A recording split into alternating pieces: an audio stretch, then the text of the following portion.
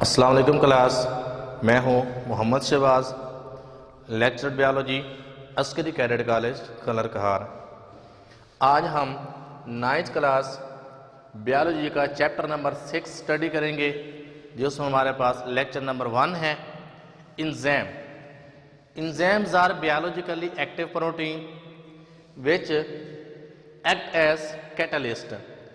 Enzyme हमारे पास ये प्रोटीन होते हैं जो एक इंजाइम केमिकल रिएक्शन को स्पीड अप करती हैं, उनके अंदर खुद यूटिलाइज नहीं होती और एंड पे प्रोडक्ट के साथ ये भी अलहदा हो जाती हैं।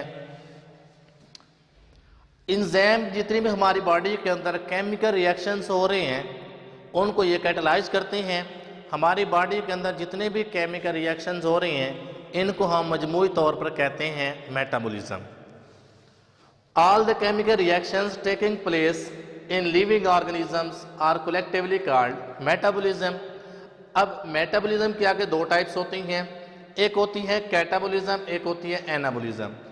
कैटाबॉलिज्म कहते हैं ऐसे रिएक्शंस जिनके अंदर large molecule break to form small molecule, बड़े मॉलिक्यूल टूटते हैं और छोटे मॉलिक्यूल बनते हैं, इसे कहते हैं कैटाबॉलिज्म। और एनाबॉलिज्म कहते हैं ऐसे रिएक्शन जिसके अंदर स्मॉल मॉलिक्यूल्स मिलते हैं और लार्ज मॉलिक्यूल बनते हैं। अगर मैंने एग्जांपल्स देखें तो जब मेरे पास ग्लूकोज ऑक्सीजन की मौजूदगी में टूटता है और कार्बन डाइऑक्साइड और वाटर और एनर्जी बनते हैं, ये हमारे पास कैटाबॉलिज्म कहलाता है। अब अगर हमारे पास कार्बन डाइऑक्साइड और वाटर ये मिल के ग्लूकोज बनाते हैं और साथ ऑक्सीजन बनती है, ये हमारे पास एनाबॉलिक रिएक्शन है। जितने भी एंजाइम हैं उनका एक स्पेसिफिक पोर्शन किसी रिएक्शन को कैटालाइज करने के लिए स्पेसिफिक होता है, जिसे हम कहते हैं एक्टिव साइट। ये हमारे पास जो पोर्शन दिखाया गया है ये एक्टिव साइट है। इस एक्टिव साइट के भी आगे दो पार्ट्स होते हैं, एक होता है हमारे पास catalytic site,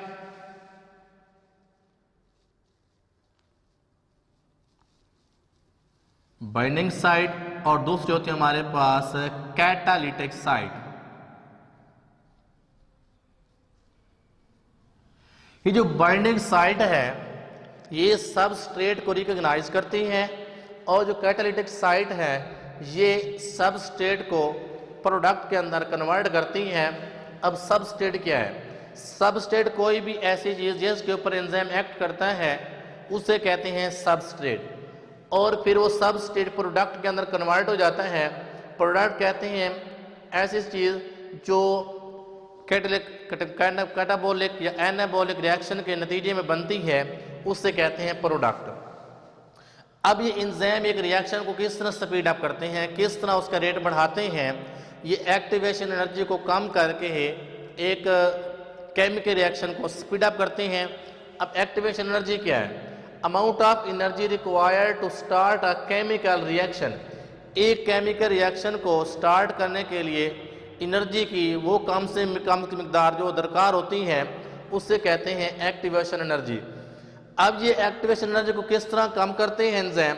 bye changing the shape of substrate, by changing the charge distribution on the substrate, और तीसरा bringing the substrate at the correct position. इन तीनों सूरत हाल के जरिए ये जो है ना एंजाइम एक्टिवेशन एनर्जी को कम करते हैं ताकि रिएक्शन स्पीड अप हो। अब एंजाइम हमारे पास दो तरह के होती हैं, कुछ होते हैं एक्स्ट्रा सेलुलर एंजाइम, कुछ होते हैं इंट्रा सेलुलर एंजाइम। जो एक्स्ट्रा सेलुलर एंजाइम ऐसे एंजाइम होते हैं जो ऐसे एंजाइम होते हैं जो है ना अपने सेल से बाहर वार करते हैं, और इंट्रा सेलुलर एंजाइम ऐसे एंजाइम होते हैं जो सेल के अंदर वार करते हैं। एक्सक्यूज मी, ये हमारे पास इंट्रा सेलुलर होते हैं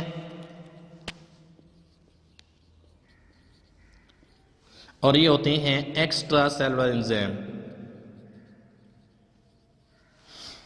अब जैसे हमारे पास एंजाइम ग्लाइकोलिसिस के अंदर इस्तेमाल होते हैं, ये हमारे पास इंट्रासेलुलर एंजाइम है, और जो एंजाइम हमारे पास जैसे पेप्सिन है ये स्मॉल इंटेस्टाइन के अंदर काम करता है ये हमारे पास एक्स्ट्रा सेलुलर एंजाइम है। अगर हम एंजाइम के कैरेक्टरिस्टिक पे आते हैं तो एंजाइम्स आर ग्लोबुलर प्रोटीन, ये ग्लोबुलर नेचर होते हैं। उसके अलावा एंजाइम ये स्पेसिफिक फंक्शन होती हैं, मीन एक स्पेसिफिक एंजाइम एक स्पेसिफिक सबस्टेट को प्रोडक्ट में कन्वर्ट करता है।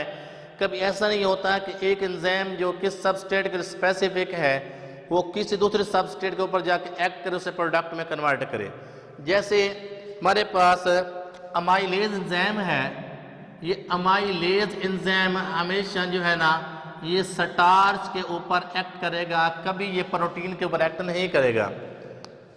अब कुछ एंजाइम होते हैं जो बगैर को फैक्टर के काम कर सकते हैं, लेकिन मैक्सिमम एंजाइम ऐसे होते हैं जिनको अपना फंक्शन परफॉर्म करने के लिए एक नॉन प्रोटीन पार्ट की ज़रूरत होती है, जिसे कहते हैं कोफैक्टर। अब कोफैक्टर क्या करते हैं, ये एज अ ब्रिज काम करते हैं, एज अ ब्रिज काम करते हैं। कोफैक्टर हमारे पास दो तरह के होते हैं, ऑर्गेनिक कोफैक्टर, इनऑर्गेनिक कोफैक्टर। जो मेरे पास ऑर्गेनिक कोफैक्टर में एग्जांपल विटामिन है और इनऑर्गेनिक कोफैक्टर में आयरन है, हमारे पास मैग्नीशियम आयंस है। अगर हमारे पास जो ऑर्गेनिक कोफैक्टर है ये एंजाइम के साथ लूजली अटैच्ड होगा, इसे कहते हैं कोएंजाइम। अगर ये ऑर्गेनिक कोफैक्टर एंजाइम के साथ टाइटली अटैच्ड है, कोवैलेंटली बॉन्डेड है, ये कहलाता है प्रोस्थेटिक ग्रुप। अब हर एंजाइम के साथ एक स्पेसिफिक पोर्शन होता है जो कैटालिटिक होता है, वो कहलाता है एक्टिव साइट। अब कुछ ऐसी सब्सटेंसेस होती हैं जो एंजाइम के साथ बाइंडिंग करके केमिकल रिएक्शन को तेज कर देती हैं, एंजाइम एक्टिविटी को बढ़ा देती हैं। कुछ ऐसी सब्सटेंसेस होती हैं जो एंजाइम के साथ बाइंड करके केमिकल रिएक्शन को स्लो कर देती हैं और एंजाइम एक्टिविटी को स्लो कर देती हैं। जो स्पीड को बढ़ाती हैं वो एक्टिवेटर कहलाते हैं और जो रेट ऑफ रिएक्शन को कम कर दें वो इनहिबिटर कहलाते हैं। अब जो एंजाइम है ये एक मेटाबॉलिक पाथवे क्रिएट करते हैं। कैसे? एक एंजाइम एक सबस्ट्रेट से जब रिएक्शन करता है तो उससे जो प्रोडक्ट बनती है वो प्रोडक्ट नेक्स्ट एंजाइम को दे देता है, वो उसकी सबस्ट्रेट बन जाती है। जब उसके प्रोडक्ट बनती है वो नेक्स्ट एंजाइम को दे देते हैं, वो उसकी सबस्ट्रेट बन जाती है। इस तरह ये एक मेटाबॉलिक पाथवे क्रिएट करते हैं। आज के लिए लेक्चर एंड हुआ, मिलते हैं नेक्स्ट लेक्चर में। अल्लाह हाफिज़।